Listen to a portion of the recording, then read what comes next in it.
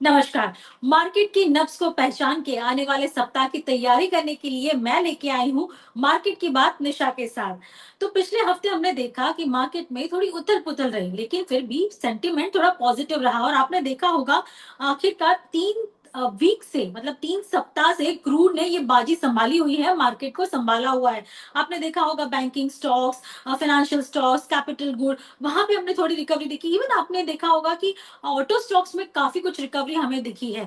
लेकिन आने वाला सप्ताह कैसा रहेगा? क्या क्रूड इस हफ्ते भी हमें सपोर्ट देता रहेगा? क्योंकि क्रूड सपोर्ट देगा तो सामने डॉलर रुपी यानी कि हमें करेंसी भी सपोर्ट देगी। तो ऑल इन ऑल हमें थोड़ा पॉजिटिव सेंटिमेंट 3 हफ्तों से तो दिख रहा है। तो मितेश आप बताइए आने वाले सप्ताह में आप कैसी तैयारी कर रहे हैं? Definitely good afternoon.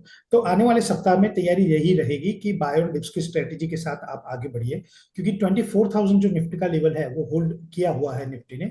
और अगर आप हम्म। जहाँ पे क्रूड की बात कर रहे हो तो क्रूड ने भी देखिए अराउंड $80 का जो उसका सपोर्ट था वो इंटरनेशनल मार्केट में तोड़ा है और उसके बाद $80 को क्रॉस नहीं कर पाया है। लोअर बॉटम लोअर टॉप का फॉर्मेशन चल रहा है क्रूड में। तो हमें लग रहा है अगले 1 या 2 हफ्ते के लिए क्रूड जो एग्जिस्टिंग ट्रेजेक्टरी है उसकी between 70 on the down side, 75 on the upside, उसी में चलेगा। जब तक जहां तक कि इंडेक्स का सवाल है, हमें लग रहा है कि निफ्टी में 23,800 के सपोर्ट से खरीदना चाहिए निफ्टी फ्यूचर्स को। आने वाले हफ्ते के लिए 24,500, 24,800 के टारगेट्स हमें एग्रेसिवली लग रहे हैं। जहां तक बैंक का सवाल है, आपने जैसे ओपनिंग रिमार्क्स में बोला, तो पीएसयू बैंक्स अगर आप देखें, state bank of India in particular, तो बॉटम से बहुत ही स्ट्रॉन्ग उसको कंफर्मेशन मिला है। तो हमें लग रहा है प्राइवेट सेक्टर बैंक्स के साथ निफ्टी बैंक में पीएसयू बैंक का भी सपोर्ट मिलेगा। और जो निफ्टी बैंक है उसमें 57,500 के स्टॉप लॉस से अगर एक ट्रेड लिया जाए तो अगले सप्ताह में 59,000, 59,400 के दो लक्ष्यांक हमको अचीव होते हुए दिख सकते हैं। तो ऑन एंड ऑन हमारा यही मानना है कि बाय ऑन डिप्स की रणनीति के साथ ये बाजार को अप्रोच करना चाहिए। क्रूड अगले 1 या 2 सप्ताह के लिए कंफर्टेबली $70 से लेके $75 के बीच में ट्रेजेक्टरी में कंफर्टेबली ट्रेड करेगा। तो all and on buy on dips की स्ट्रेटेजी होनी चाहिए। डेफिनेटली तो आपको दिख रहा है कि आने वाले सप्ताह में पॉजिटिव सेंटिमेंट रहेगा। ये सप्ताह तो छोटा सप्ताह भी था, लेकिन आने वाले सप्ताह में नए सीरीज की शुरुआत होगी और नए सीरीज में पॉजिटिविटी इंटैक्ट है, वो जान के भी एक खुशी मिलती है। लेकिन आपने देखा होगा पिछले महीनों में मिड कैप और स्मॉल कैप ने बहुत नुकसान झेला है।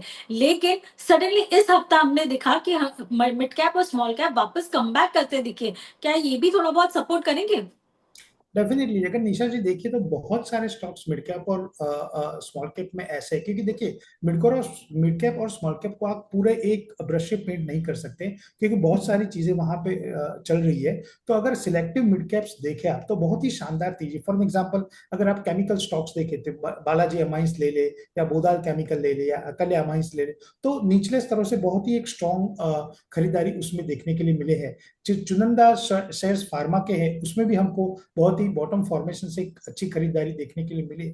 स्टॉक्स लाइक व्हील्स इंडिया ने एक ही महीने में अराउंड 34 to 40% का हमको जंप देखने के मिला है। स्टॉक्स लाइक जस इंजीनियरिंग, एलिकॉन इंजीनियरिंग, तो बहुत सारी स्पेसिस ऐसी है निशा जी करंट लेवल के ऊपर कि जहां पे मिड कैप और स्मॉल कैप में बहुत अच्छे रुझान है, और अगले 1 डेढ़ महीने में बहुत ही अच्छा अपसाइड हमको यही स्टॉक्स में दिख रहा है। डेफिनेटली तो ये सारे स्टॉक्स पे हमारी नजर रहेगी और इन स्टॉक्स ने सपोर्ट भी दिया हुआ है मिड कैप और स्मॉल कैप को। लेकिन अच्छी रिसर्च करके ही आप आगे बढ़िएगा। लेकिन मितेश मैं आपसे पूछना चाहूंगी, आईटी इंडस्ट्री पर बहुत समय से क्वेश्चंस में है और हाल फिलहाल हमने देखा कि रिकवरी की कोशिश हो रही है, लेकिन सस्टेन नहीं हो पा रहे हैं। आईटी इंडेक्स आपको कैसा लग रहा है? आईटी स्टॉक्स कैसे लग रहे हैं? देखिए, आपने बहुत ही एक अच्छा सवाल पूछा है, क्योंकि बहुत सारे लोग अभी आईटी स्टॉक्स में, हमारे निवेशक भी फंसे हुए हैं। और वो भी हमें they are keep on asking, वो पूछते रहते हैं कि आईटी आईटी स्टॉक्स में क्या किया जाए। देखिए निशा जी, जो भी चीजें ग्लोबल लेवल के ऊपर इन्फ्लुएंस करती है, जैसे हमने क्रूड की बात की, जैसे आईटी सेक्टर है, जैसे फार्मा सेक्टर है, तो ये ग्लोबल इम्पैक्ट के सेक्टर्स है। तो वहां पे जब ट्रेंड बिगड़ता है तो बहुत गंदी तरीके से बिगड़ता है। जैसे आपने देखा होगा कि 2 दिन पहले ही कोस्पी इंडेक्स, मतलब कोरिया का जो इंडेक्स है उसमें 10% की रिवर्स सर्किट लगी थी, और वहां से ही ये पूरा सेल ऑफ पिछले 2-3 दिनों में चालू हुआ है। फिलहाल हमारे आईटी स्टॉक्स ने तो 3 या 4 महीने पहले ही सेल ऑफ का एक रुझान जो है वो ले लिया है, लेकिन हमें लग रहा है कि ये पूरी स्पेस को अभी कंप्लीटली अवॉइड करना चाहिए। अगर आपके पास स्टॉक्स है तो उसको एवरेज आउट करने की बिल्कुल ही तैयारी में नहीं मत रहिए। दूसरी बात, अगर आपको नया भी निवेश करना है तो भी आप अभी मत कीजिए, क्योंकि ग्लोबल लेवल पे, लोकल लेवल पे ये सेक्टर के अंदर कोई भी क्लियरिटी नहीं है। अगर आप स्टॉक्स को भी देखोगे तो वीक ऑन वीक वो सेलिंग ही अट्रैक्ट करते हैं। तो सबसे पहले सेलिंग को खत्म हो जाने दीजिए। बहुत सारी अपॉर्चुनिटीज मिलेगी बाजार में गोइंग फॉरवर्ड। तो हमको ऐसा नहीं है कि टीसीएस 40% या 50% नीचे मिलता है इसलिए ले लेना चाहिए। यहां से गिरेगा, द आंसर इज यस। यहां से बढ़ेगा, the answer is also yes. हमें नहीं पता है ऑनेस्टली। और जब कंपैरेटिवली कुछ ऐसे सेक्टर है जहां पे आपकी कंफर्ट थोड़ी ज्यादा है, जहां पे विजिबिलिटी ज्यादा है, तो ये सेक्टर को अभी क्यों छुए? तो एडवाइजेबल है कि इसको कंप्लीटली अवॉइड करें। 1 से 3 महीने में प्रोबेबली हमें लग रहा है कि कंसोलिडेशन होके ये सेक्टर एक अपना जो रुझान है वो क्लियर करेगा। उसके बाद ही इसमें पोजीशन लेनी थोड़ा ठीक रहेगा। बहुत ही क्लीन क्लियर एक टेक आपने दिया है, जो हमारे दर्शक हैं उनको समझने में काफी आसानी होगी, क्योंकि हम जानते हैं ग्लोबल क्यूज हो, यानी कि जियोपॉलिटिकल सिनारियो जो अभी दिख रहा है, एआई की वजह से हम देख रहे हैं कि सारी आईटी कंपनीज में थोड़ा प्रेशर बढ़ता दिखा है। इन सारी वजहों की वजह से आईटी पे थोड़ा प्रेशर बढ़ा है और उसमें गिरावट दिखी है, लेकिन हर गिरते शेयर को खरीद लेना भी सही बात नहीं होती। उसके फंडामेंटल्स, उसकी नीश जाननी पड़ती है, क्या दिक्कतें उसको आने वाले दिनों में भी आने वाली है, वो भी समझनी पड़ती है। जब हमने दिक्कत की बात कर ही ली है तो मितेश, आज सबसे बड़ी दिक्कत है बारिश। आपने देखा हो अल नीनो की वजह से पूरे भारत देश में या फिर ग्लोबली भी हम देखें तो मॉनसून लेट आ रहा है। मुंबई की बात करें तो मुंबई में तो 5-6 जून को बारिश आ जाती है, और आज हम एंड ऑफ द जून है और हम देख रहे हैं कि बारिश सिर्फ थोड़े 1-2 दिन से बारिश दिख रही है। तो ये एक बड़ी चिंता का विषय है। मार्केट क्या इस पे भी रिएक्ट कर रहा है? देखिए, मॉनसून का अगर आप बात करें तो निशा जी, अगर आप पिछले 10 साल का अगर गणित बिठाए मॉनसून का, तो इंडिया की इतनी बड़ी डेमोग्राफी में बहुत सारी बार, बहुत सारे समय के लिए ऐसा हुआ है, बहुत सारे सालों के लिए ऐसा हुआ है कि मॉनसून की जो जो बिगिनिंग है वो वीक रही है, लेकिन जो फॉलो थ्रू है उसका, जब मिड जुलाई अगस्त पहुंचता है तब पूरे पूरे पूरे देश में अच्छी सी वर्षा हो जाती है। तो हमें हम्म। लग रहा है मे बी अल नीनो की वजह से यहाँ पे एक थोड़ी सी रुकावट से हमारी एक शुरुआत हो रही है, लेकिन we are of the view कि पूरे जो सीजन का जो रेन का जो एस्टिमेशन है वो at the end of the rainy season वो अच्छे से मेंटेन एवरेजेस हो जाएंगी। अभी आप पूछोगे ये आप क्यों बता हम्म। रहे हो, तो इसके लिए बता रहा हूँ कि चार्ट जो है निशा जी, यही यही एडवोकेट कर रहे हैं। देखिए, हमारे यहाँ पे कोई वेदर का इंडेक्स तो नहीं है, लेकिन जो एग्री कमोडिटी है, जो बारिश से रिलेटेड जो स्टॉक्स है, वो हमें हम्म। बता रहे हैं, वो सेक्टर हमें बता रहे हैं कि कहीं ना कहीं गोइंग फॉरवर्ड जो अभी चिंताएं बनी हुई है बारिश को लेके वो जल्द खत्म हो जाएगी। इसलिए ये मई के महीने में 27 मई को निशा जी, हमने हम्म। फर्टिलाइजर सेक्टर पे एक रिपोर्ट निकाली थी, जिसमें हमने 2-3 स्टॉक्स के बारे में डिस्कस किया था जो हम लोग डिस्कस करेंगे।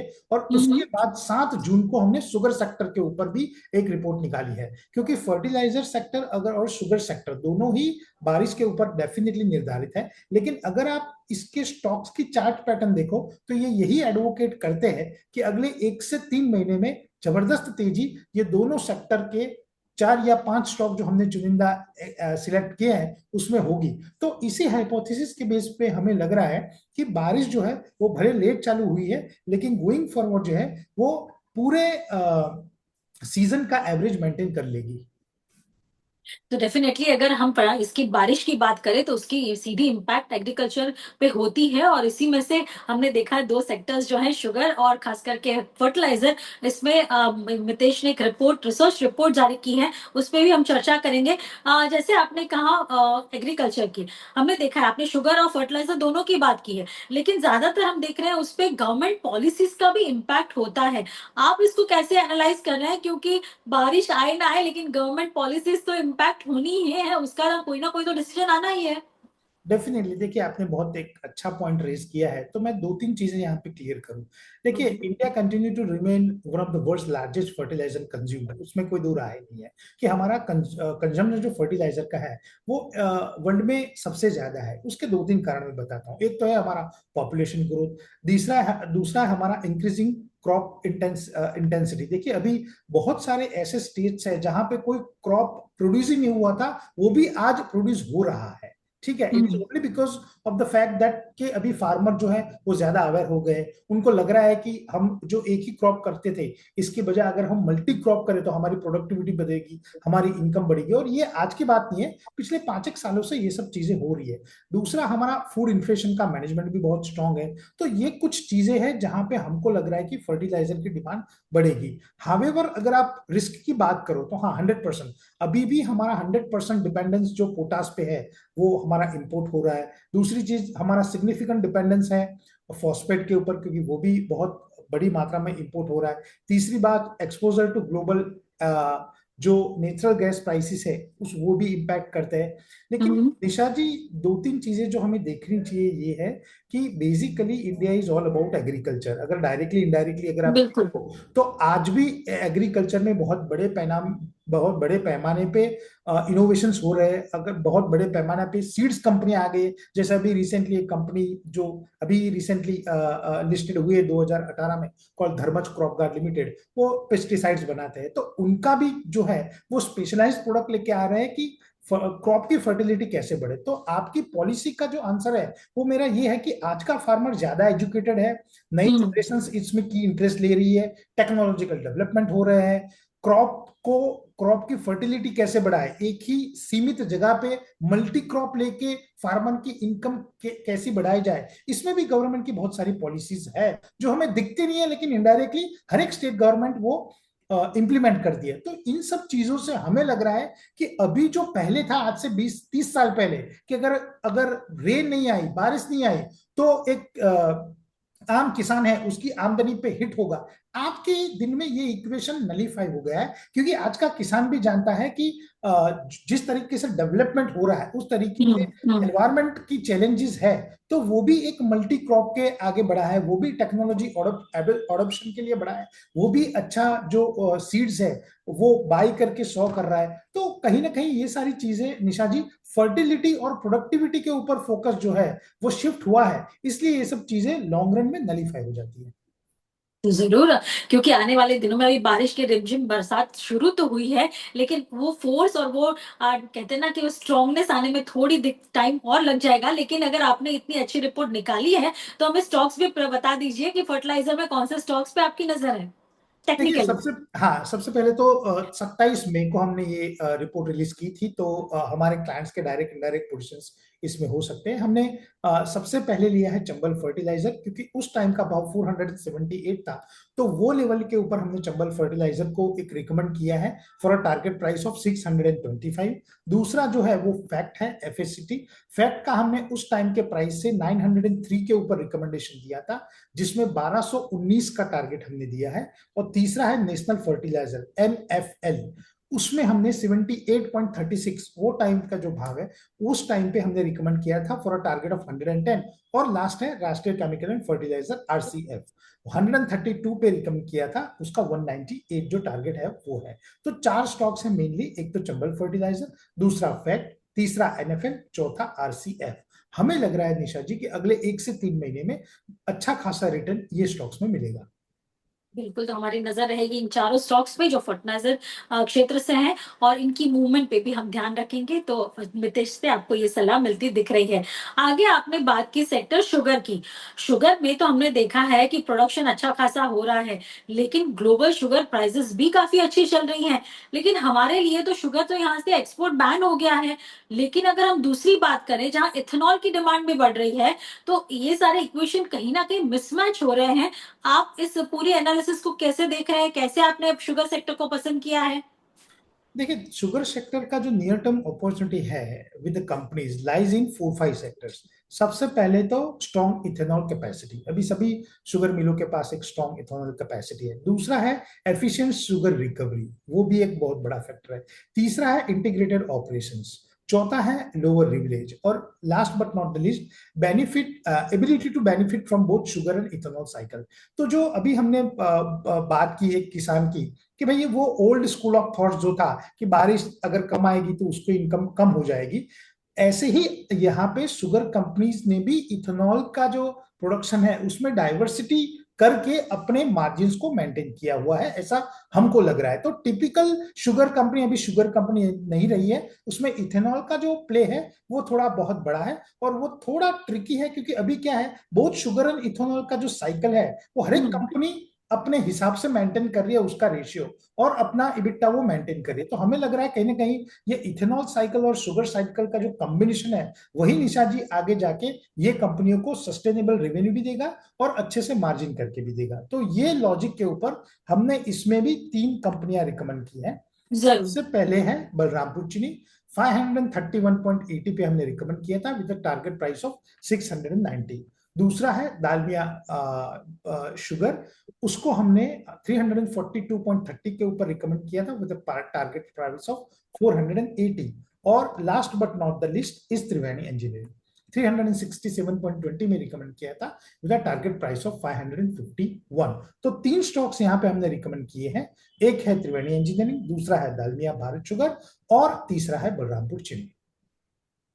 तो जरूर अब शुगर सिर्फ शुगर प्रोडक्शन के तक सीमित नहीं रहा है, इथेनॉल की एक प्ले भी काफी बहुत बड़ा रोल प्ले कर रहा है। तो खासकर ये शुगर सेक्टर और फर्टिलाइजर सेक्टर यहाँ पे अभी मितेश के रडार पे है। लेकिन अब जाते जाते मैं जानना चाहूंगी, क्योंकि ग्लोबल सेंटीमेंट अभी भी थोड़ा डाइसी है, आप आने वाले दिनों में या आने वाली सीरीज के लिए, पूरी सीरीज क्योंकि अब जुलाई सीरीज की शुरुआत हो गई, तो उसको आप कैसे देख रहे हो और कैसे प्ले करेंगे मार्केट में? देखिए निशा जी, एक लाफेबल फिगर या एक चीज आपको बोलता हूँ निफ्टी के ऊपर, जहां पे हमने टारगेट दिया है 40,000 का अगले 30 साल में, 3 साल में। इन नेक्स्ट 3 इयर्स हमारा इंडेक्स का निफ्टी का टारगेट है 40,000। हमें लग रहा है निशा जी जो मार्च में हमने लो बनाए हैं वो फाइनल लो है, और इंडिया एक बुल मार्केट तरफ ऑलरेडी आगे बढ़ चुका है। इसकी साइंस आपको प्राइमरी मार्केट में दिखेगी, जैसे हमने जियो प्लेटफॉर्म का आईपीओ आते देख रहे हैं, जैसे हम एनएससी का आईपीओ आते देख रहे हैं। और मेरी सबसे बड़ी कंफर्ट निशा जी, जो लास्ट पॉइंट मैं डिस्कस करना चाहूंगा आपसे, वो है रूपी के ऊपर, कि बहुत 2 या 3 वीक पहले सब लोग बोल रहे थे कि रूपी का जो ट्रेजेक्टरी है वो 100 की तरफ जा रहा है, क्रूड ऑयल 100 120 की तरफ जा रहा है। तभी मैंने एक हिंदी न्यूज चैनल के ऊपर एक स्पेशल शो किया था रूपी के ऊपर, जिसमें टारगेट दिया है 85 और 72 का। हमें लग रहा है कि अगले 12 से 18 महीने के अंदर, 1 से 1.5 साल के अंदर, रूपी का जो टारगेट है वो 85 और 72 होगा। और अगर आप रिसेंटली देखो तो रूपी ने बहुत अच्छी सी एक हमें कंफर्ट दी है by in terms of appreciation. हमें लग रहा है कि अगले 1 से 3 महीने में रूपी जो है वो बिलो 90 हमें ट्रेड करता हुआ दिखेगा। तो हमारा जो बुलिश टारगेट है वो 2-3 चीजों को लेके है। एक तो क्रूड का जो इम्पैक्ट था, जो बोल रहे थे कि 149 जाएगा, 150 जाएगा, वो अभी आउट ऑफ वे है। सब चीजें संभली हुई हैं, तो हमें नहीं लग रहा है कि अगले 1 से 2 साल में क्रूड अराउंड $85-90 के ऊपर जाएगा।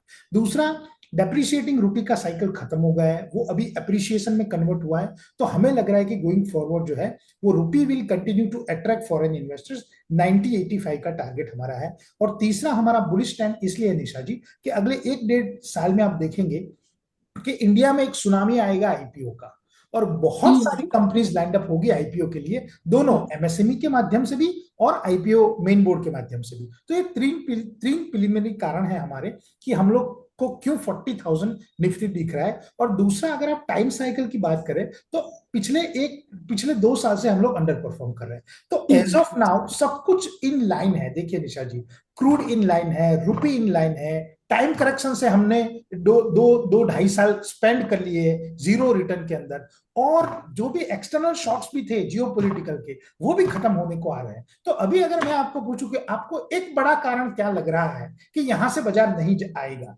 आपको शायद 5-7 मिनट सोचना पड़ेगा, और आई एम श्योर कि वो कारण भी आपको नहीं मिलेगा। तो हमें लग रहा है कि यहां से रफ्तार को रोकने का कोई कारण है नहीं। It's just about sentiment. एक बार सेंटिमेंट आ जाएगा, वो धीरे धीरे बिल्डअप हो रहा है। तो हमको लग रहा है इंडिया हमारा जो मार्केट है, Indian market will pick up a space, और हमें लग रहा है अगले 1-1.5 साल में मैराथन रैली आएगी। और निशा जी, हम लोग बहुत जल्द शायद दिवाली के पहले एक दूसरा शो करेंगे जहां पे निफ्टी हम आपको ऑल टाइम हाई के ऊपर ट्रेड होती हुई दिखेगी। होप फॉर द बेस्ट, क्योंकि अगर तेजी शुरू हुई है तो आई विश कि धीरे धीरे हो, ताकि सब लोग उसमें पार्टिसिपेट कर पाए और आने वाले दिनों में मुनाफा कमा पाए। बहुत बहुत शुक्रिया, आपने बहुत फंडामेंटल और टेक्निकल दोनों व्यूज हमें दिए हैं हमारे दर्शकों को आने वाले सप्ताह की स्ट्रैटेजी तय करने के लिए, और हाँ, आने वाली सीरीज की स्ट्रैटेजी भी तय करने के लिए। बहुत बहुत शुक्रिया मितेश, आपने समय निकाला और हमारे साथ चर्चा में जुड़े। निशा जी, थैंक यू मुझे शो पर आमंत्रित करने के लिए। और डिस्क्लेमर के तौर पे मैं ये कहना चाहूंगा कि जो भी स्टॉक्स और सेक्टर्स हमने डिस्कस किए हैं उसमें हमने सिंस हमारे क्लाइंट्स को रिकमेंड किए हैं, तो हमारे क्लाइंट्स की डायरेक्ट इनडायरेक्ट पोजीशन इसमें हो सकती है, हमारी पोजीशन नहीं है। सभी आपके चैनल के व्यूअर्स को ऑल द बेस्ट, और कोई भी एडवाइस के ऊपर एक्ट करने से पहले अपने पर्सनल सलाह से भी रजिस्टर्ड पर्सनल सलाहकार से पूछ के ही निवेश करने का एक रिक्वेस्ट रहेगा। Thank you. बहुत बहुत शुक्रिया। नमस्कार। नमस्कार।